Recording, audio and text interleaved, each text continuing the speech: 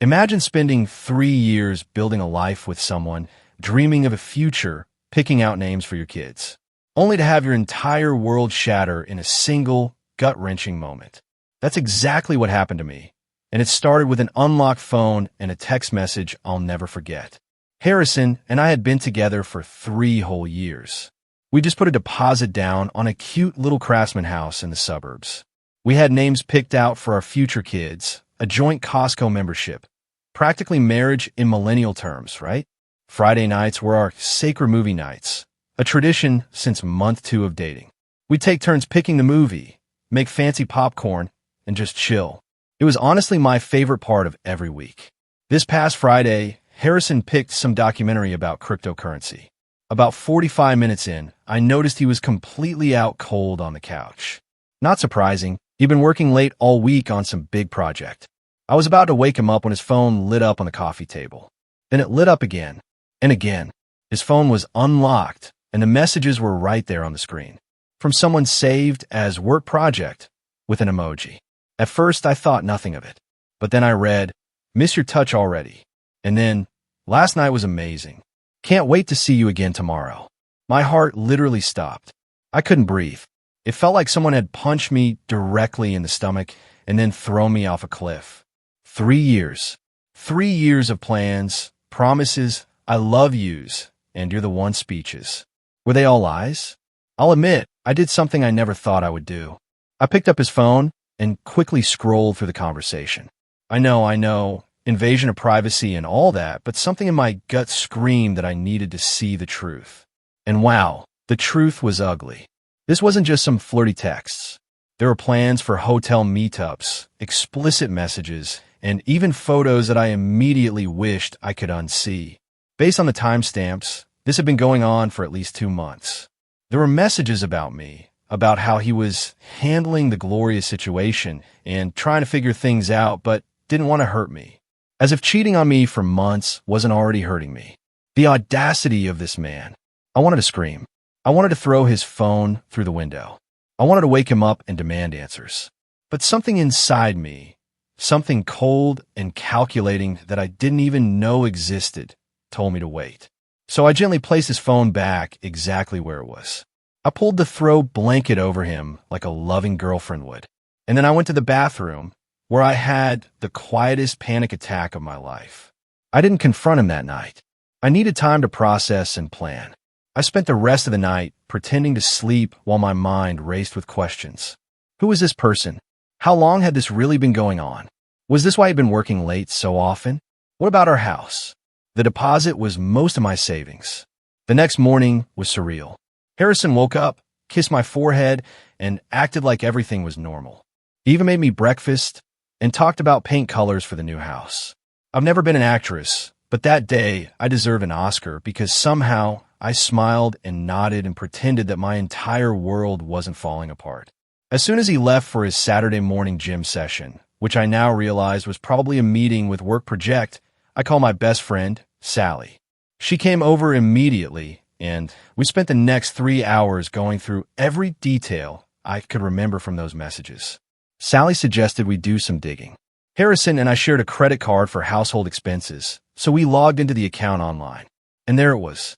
Evidence of dinners at restaurants I'd never been to, Uber rides at odd hours, and even a hotel charge from last weekend when he told me he was on a business trip. I felt physically sick. The more we looked, the more we found. It was like every suspicion I'd ever pushed down over the last few months was being confirmed. The late nights, the sudden work emergencies, the new Dior cologne he started wearing, the password changes on his laptop. It all made sense now. By the way, if you're still with me, make sure to hit subscribe. More unbelievable stories are coming. I didn't want to just confront him and have him gaslight me or minimize what he'd done. I didn't want to just walk away and let him spin some narrative about how things weren't working out. I wanted him to truly understand what he'd thrown away. I wanted him to feel the same earth-shattering pain that I was feeling right then. Sally thought I should gather more evidence before confronting him. She suggested I pretend everything was normal for a bit longer while I figured out a plan. So I spent all day being the perfect girlfriend. I made his favorite dinner, didn't question when he was texting and smiling at his phone, though now I knew who it was, and even initiated intimacy, which made me feel physically ill afterward, but I had to keep up appearances.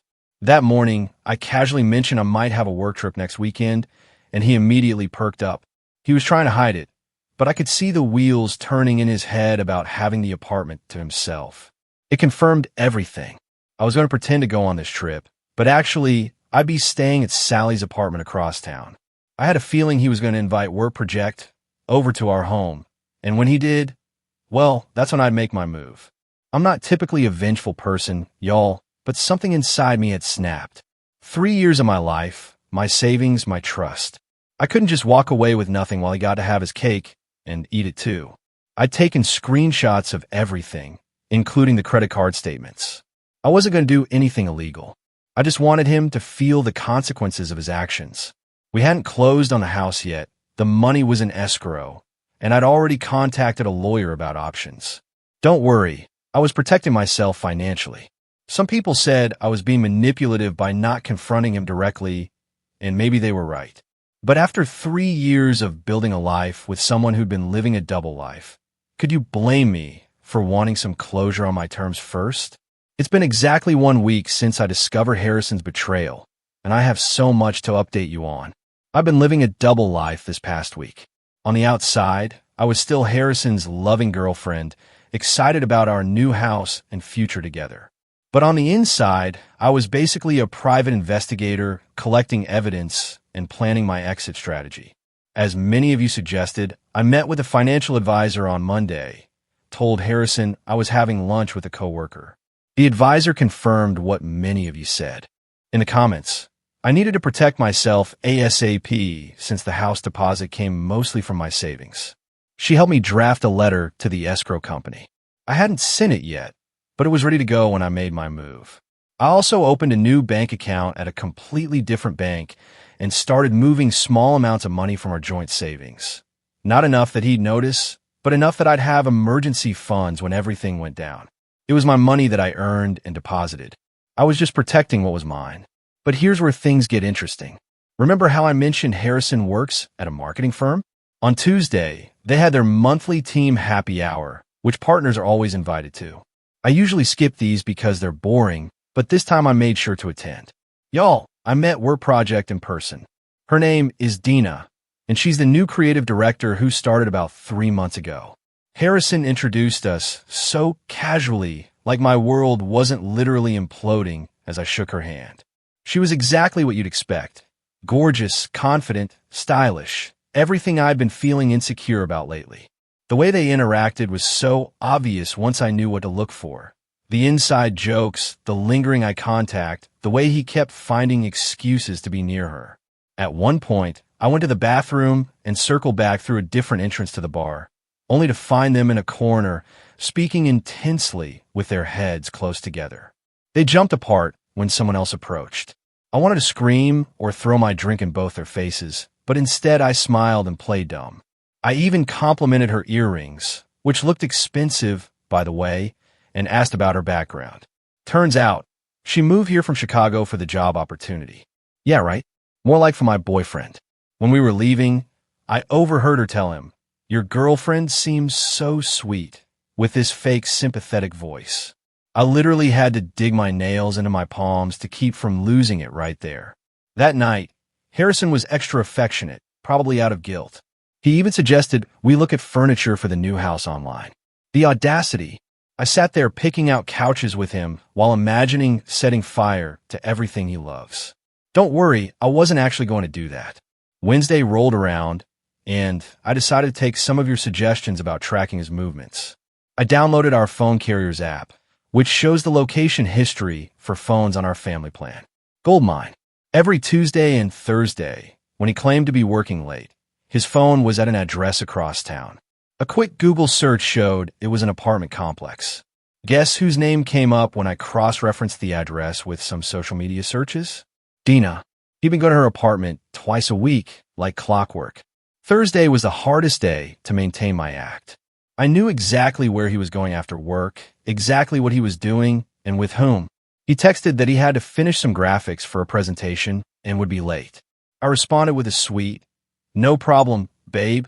I'll save you some dinner. Love you," while literally shaking with rage. While he was gone, I did a deep dive into our finances. We'd been together 3 years, but only merged some of our accounts about a year ago when we started seriously saving for a house. I found charges for nice restaurants, wine shops, and even a jewelry store from last month. Jewelry? I'd received exactly 0 pieces of jewelry from Harrison in the last 6 months. Several people asked if the jewelry could have been for me as a surprise. Nope. The date of purchase was the day before Valentine's Day, and he gave me a card for Valentine's Day. Just a card. Now I knew where his real gift went. Friday was movie night again. The irony wasn't lost on me that exactly 1 week before, my life had been turned upside down during the same tradition. Harrison picked another documentary about some tech billionaire, equally boring.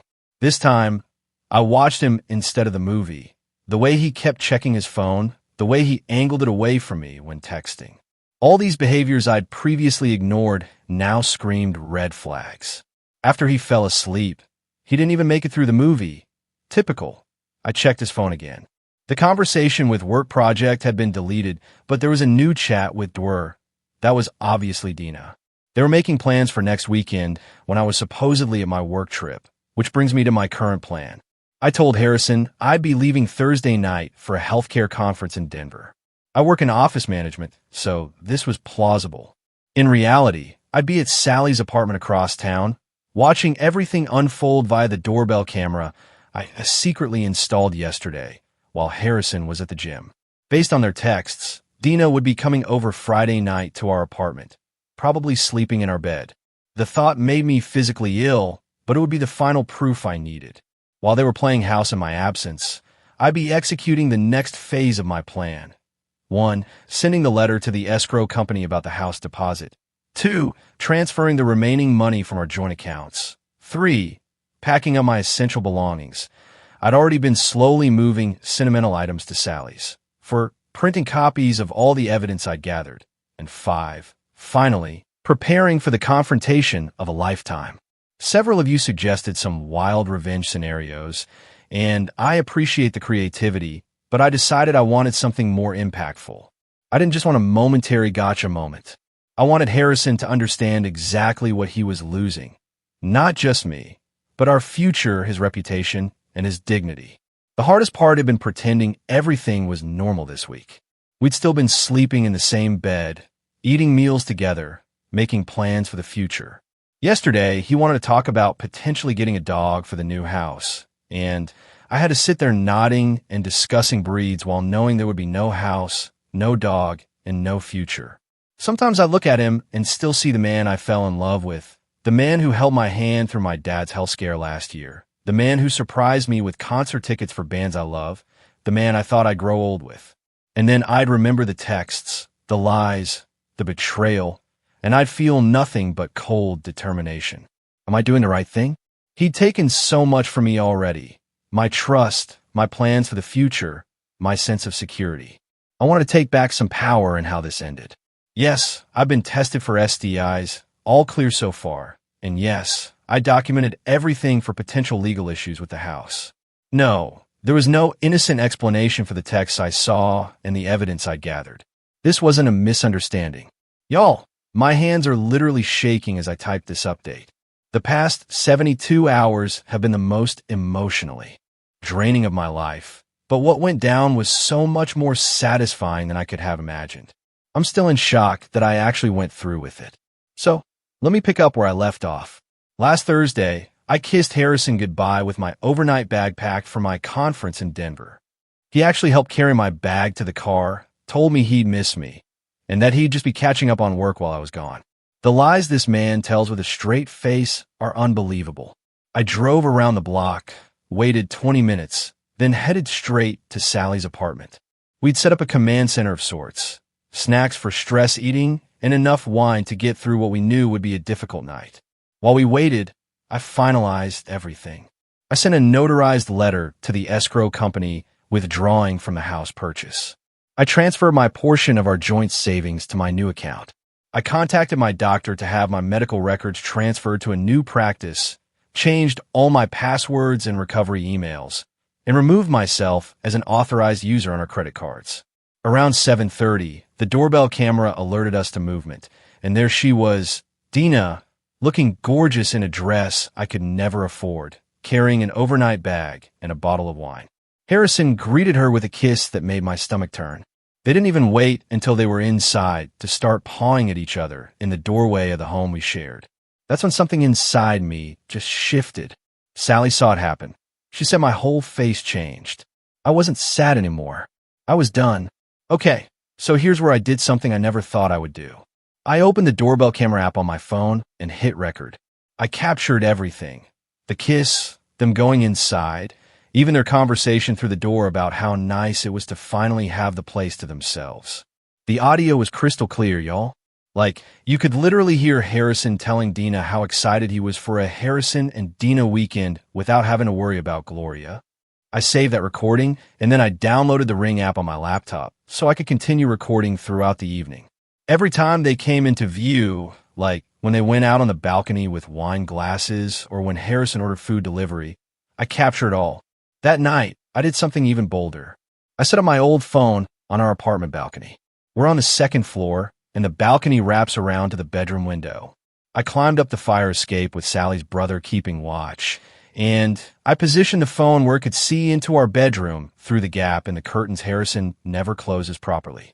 The next morning, I went to our apartment while I knew Harrison would be at work. I had exactly 3 hours to get everything important out before he might come home for lunch. Sally brought 2 of her brothers to help, and we worked like a well-oiled machine. I only took what was undeniably mine: clothes, personal items, family heirlooms, and a few pieces of furniture I'd brought into the relationship. I left all the joint purchases and anything that could be disputed. I wasn't interested in stuff. I just wanted out. Before I left, I did one final sweep to make sure I hadn't forgotten anything important. In the bathroom, I found her hairbrush and makeup on my vanity. In the kitchen, there were 2 wine glasses in the sink. And in the bedroom, well, let's just say the evidence of their night together was obvious. I left my key on the counter along with some printed evidence of their affair. A few text screenshots, some credit card statements, just enough to let him know I wasn't clueless. But I kept the recordings for myself for now. Then I blocked Harrison on everything: phone, email, social media, even Venmo. I contacted our friends and family to let them know we had broken up and that I wouldn't be discussing details, but that I needed space from anything related to Harrison. I expected to feel victorious after executing my plan so perfectly. Instead, I just felt empty. 3 years of my life gone. All our plans, our inside jokes, our routines, erased in a single morning. I cried the entire way back to Sally's apartment. But then as messages started coming through on my work email, the one communication method I'd forgotten to block. First email, 12:34 p.m. Gloria, where are you? Just came home for lunch and saw your stuff gone. What's happening? Call me ASAP. Second email, 12:46 p.m. I see the papers you left. This isn't what you think. Please call me so I can explain. Third email, 1:03 p.m. I know I've made mistakes, but we can work through this. Don't throw away 3 years over a misunderstanding. A misunderstanding? Is that what we're calling sleeping with your coworker for months while planning a future with someone else? The emails kept coming all afternoon, each one more desperate than the last. By evening, he was alternating between apologizing profusely and being angry that I invaded his privacy and acted so drastically without talking to him first. When the emails didn't work, he started showing up at places he thought I might be.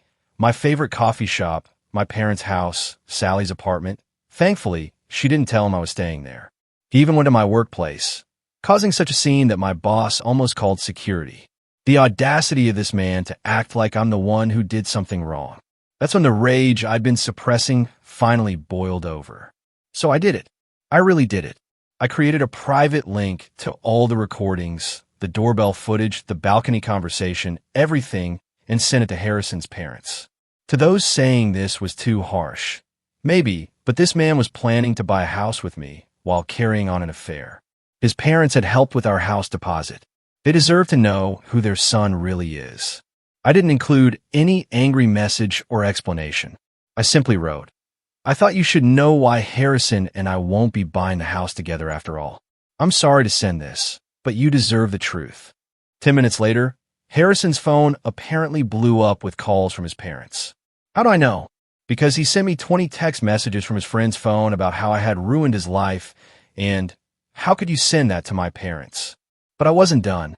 I also sent the link to his boss, not out of pure revenge, but because their company has a strict policy against inter-office relationships, especially between people at different levels. They had been conducting their affair on company time, using company resources.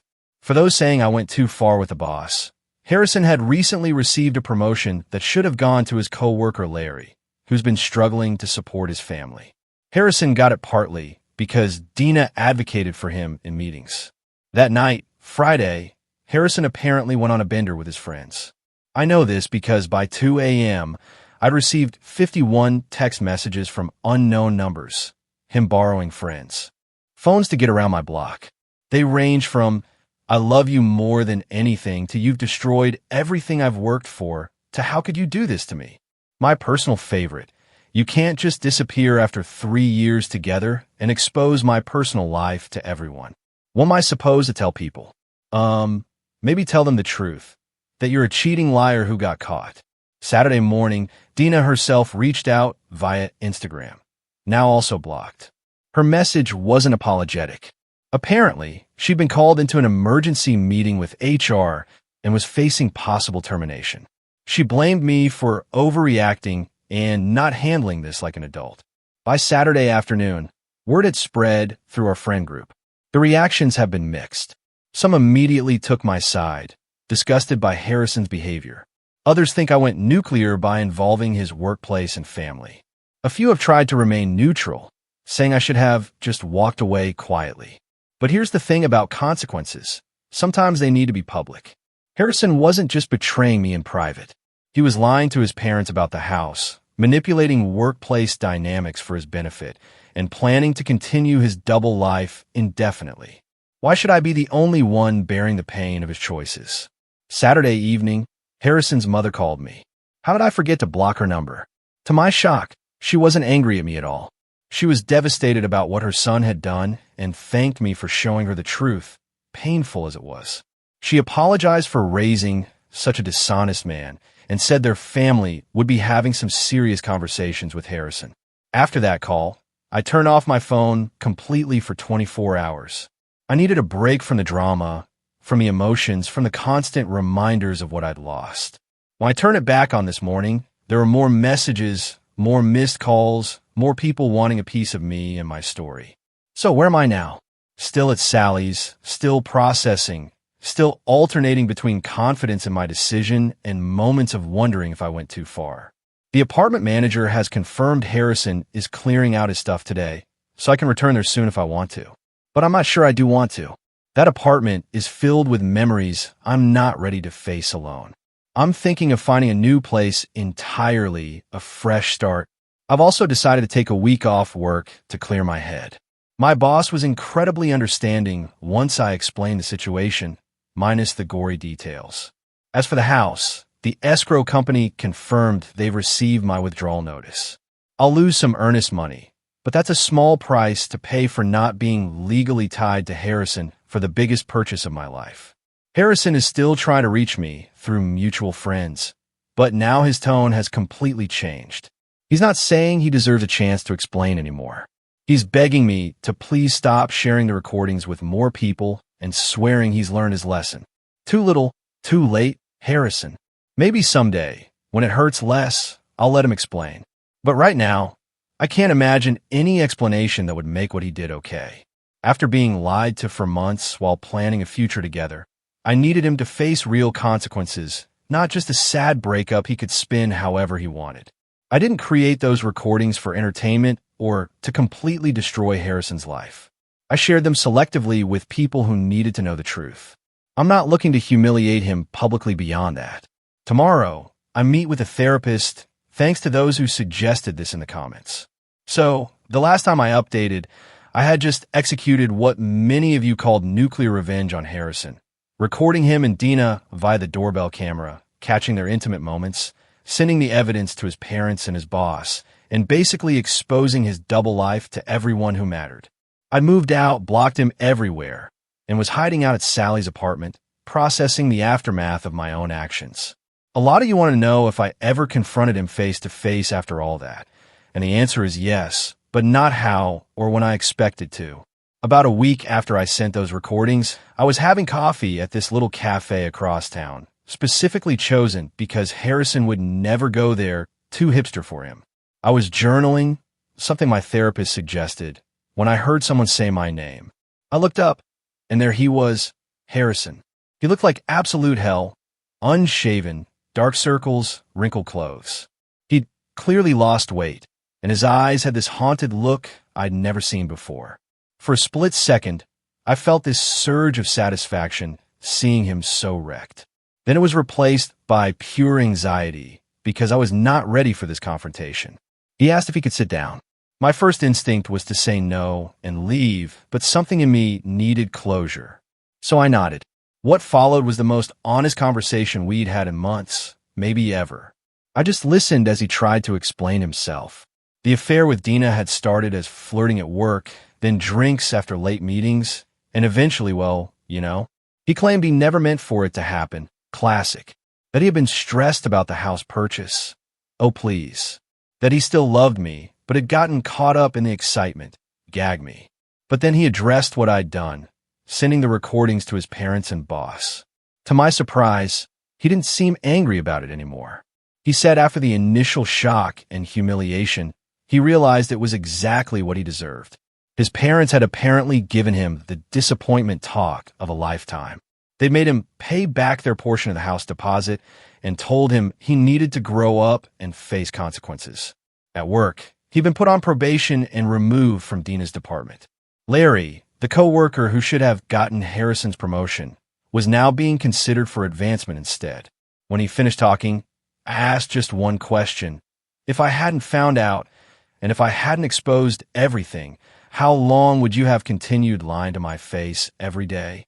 He couldn't answer, and that told me everything. I told him calmly that while I appreciated his honesty now, it was too late. That he hadn't just cheated. He had stolen my time, my trust, and my sense of reality. That while he was figuring things out, I was planning our future, believing in promises that were already broken. When I told him I forgave him, not for his sake, but for mine, because carrying anger would only hurt me in the long run. His face when I said that, it was like he'd been preparing for more rage and had no defense against compassion. I left him sitting there at the cafe, and it felt like closing the final chapter of a book I never wanted to read again. No, forgiveness doesn't mean reconciliation. The weeks that followed were a blur of practical matters. I found a cute studio apartment that's just mine and decorated it exactly how I want.